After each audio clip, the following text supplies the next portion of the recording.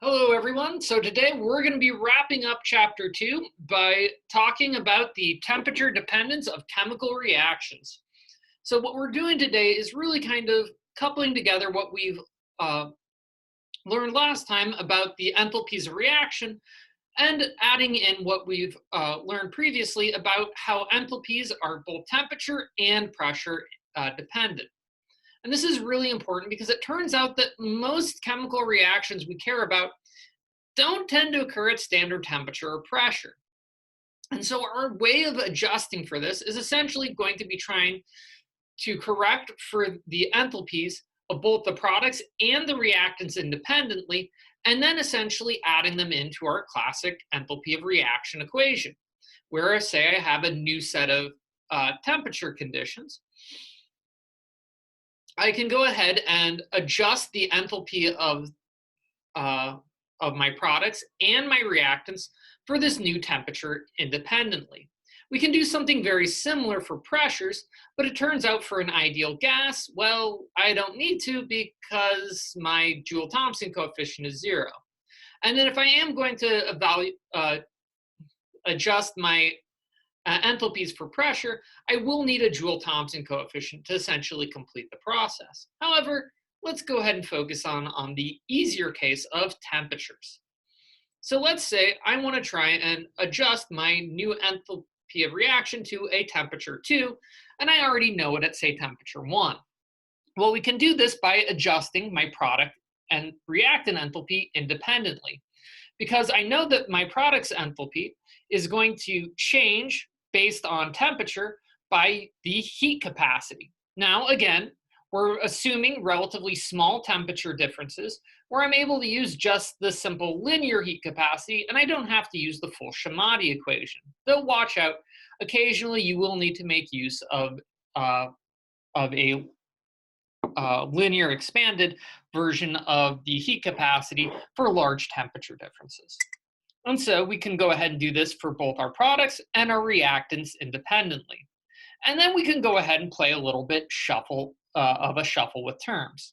We can first collect my differences in enthalpies up front, and then our differences in heat capacities out back.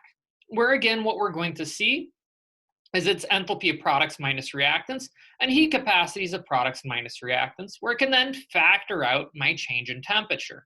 And this reduces down to a fairly simple equation, that my enthalpy of reaction at my new temp is just the enthalpy of reaction at my old temp plus the differences in the heat capacities of my products minus reactants times the difference in temperature. Now, one of the things that you should watch out for is the fact that this difference in heat capacities should account for any stoichiometric coefficients, just like we did when evaluating our enthalpy differences originally.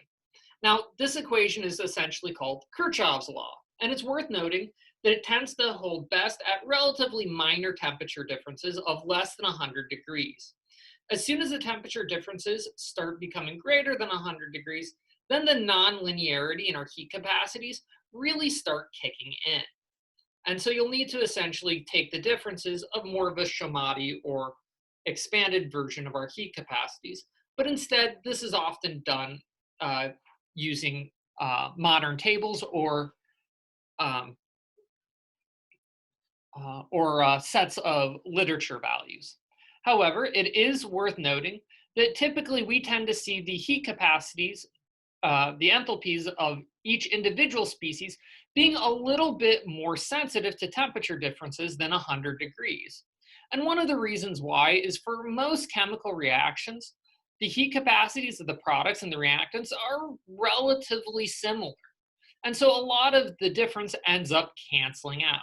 However, it is worth noting that when you see a lot of phase changes or one solid breaking up into several gases, you may actually start to see the difference in heat capacities becoming of the same magnitude or very occasionally greater than the individual heat capacities themselves. So the Kirchhoff's law is actually a fairly simple rule of thumb we can use to evaluate the temperature differences of a lot of different chemical reactions. So let's go ahead and try and apply it for one of the classic physical reactions out there, and that's just simply the melting of ice, going from solid water to liquid water. Now, one of the problems we often end up finding is that this reaction is listed under standard conditions, 25 degrees C. It turns out ice doesn't typically melt at 25 degrees C because it already happened at 0. So in order to find the enthalpy difference under these two conditions, we're going to need to make use of Kirchhoff's law. However, I want to actually kind of illustrate how we can look at this reaction a little bit more visually than the simple mathematic expression we derived on the last slide. So the reaction we're interested in is going from solid water to liquid water at 0 degrees. However, the reaction or conditions we really have is going from solid to liquid at 25 degrees C. So I'm going to need to make use of temperature corrections. And so we know that these temperature corrections can be given as the heat capacity times the difference in temperature for each set of conditions. So what I can do is make use of this thermodynamic cycle and the fact that if I start at one place and go to a second place, the path or the value difference doesn't depend on which path I take.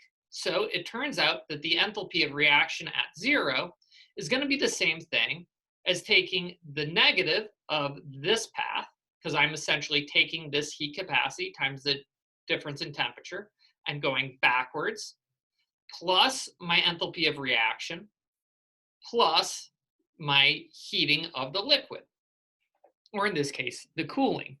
And this essentially breaks down to our original Kirchhoff's law of the enthalpy of reaction at 25 degrees plus the difference in heat capacities times the change in temperature. So we can go ahead and crank in these numerical values. So I'll have the enthalpy of my product minus the enthalpy of my reactant, where we have a nice sign cancellation, plus the difference in my two heat capacities, solid product minus reactant, and then times the difference in temperature, which is a decrease of 25 degrees C. And when we do this, what we find is that the enthalpy of reaction at standard temp for melting ice is 6 kilojoules per mole, but it ends up being almost a full kilojoule lower at the melting point of ice. So it is actually worth noting that we have a fairly significant difference in between these two temperature regimes. So this is one of the reasons why making use of Kirchhoff's law can actually be fairly important. Otherwise, you might be, say, 20% off on your enthalpy of reaction, which quickly mounts up to being a fairly significant value. Now, one of the other reasons why it's often useful to, say, look at these thermodynamic cycles is because they'll also help you describe things that the simple Kirchhoff's law itself might not always be able to describe. So we can use these same ideas if I'm trying to figure out how much heat it takes to, say, turn negative 20 degree ice to 20 degree water. So essentially I have ice outside on a very cold day, and I want to try and make it into water that won't actually freeze my hands. So in this case, we're going to notice a slight difference in our set of values, because now my enthalpy of reaction isn't just a single temperature. It's actually evaluating both a temperature change and a chemical change. And it's very important to be able to describe these multi-part systems when dealing with real reactions and real systems. So we can essentially evaluate this by taking, for my new enthalpy of reaction, by taking the heat capacity of my solid times my temperature difference for the first step, plus the enthalpy of reaction, plus the heat capacity and the temperature difference for the second step. So for the first step, I'm essentially warming up the ice 45 degrees. And then I have my chemical reaction, and then I'm cooling down my water by 5 degrees. So one of the things that's worth noting is that none of these individual steps is actually happening. In truth, I'm probably warming up to 0, melting, and then warming up some more. But this is one of the useful things about thermodynamic cycles. The path doesn't matter. As long as you have the numbers for a path, you get the right description. And so what we end up finding under this case is that my enthalpy of reaction is 7.3 kilojoules. So this is over 2 kilojoules higher than just, say, going from just melting 0 degree water, and it's a full 1.3 kilojoules higher than melting ice at 25 degrees C. And essentially, the difference in between these values comes from I had to spend a significant amount of energy just warming up the ice and then the water. And so again, this is one of the important things when trying to describe real chemical systems, is we often need to account for multiple changes, even for a simple process. That you need to be able to account for what chemical reactions have occurred, as well as any sort of temperature changes, and also realize that the conditions that you often have thermodynamic values for may not be the conditions that you're actually operating at, and you need to be able to change them at will. So that brings us pretty much to the end of enthalpy and internal energy. However, we'll still see it again as we start up next time on entropy. Till then, take care.